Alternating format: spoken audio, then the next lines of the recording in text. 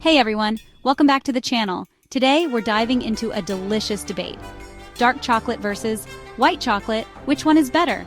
Let's break it down. First up, the ingredients. Dark chocolate is made from cocoa solids, sugar, and cocoa butter. On the other hand, white chocolate contains cocoa butter, sugar, and milk solids, but no cocoa solids.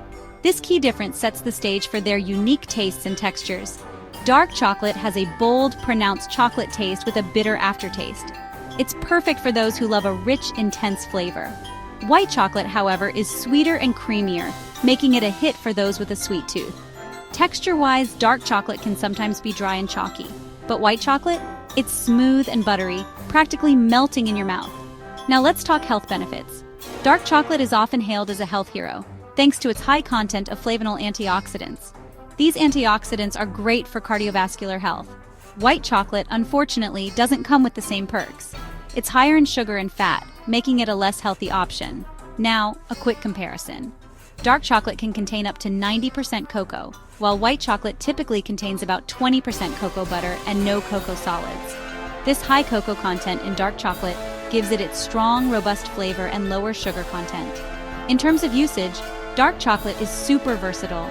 You can use it in baking, cooking, or even as a flavoring agent.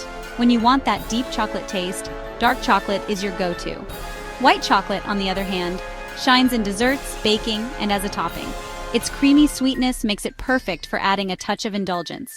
Nutritionally, dark chocolate is generally the healthier option. It has less sugar and more antioxidants. White chocolate, however, is higher in calories, sugar, and saturated fat.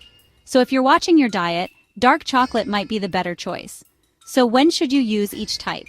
If you need a strong chocolate flavor for baking or cooking, reach for dark chocolate. Its intense taste will elevate your recipes.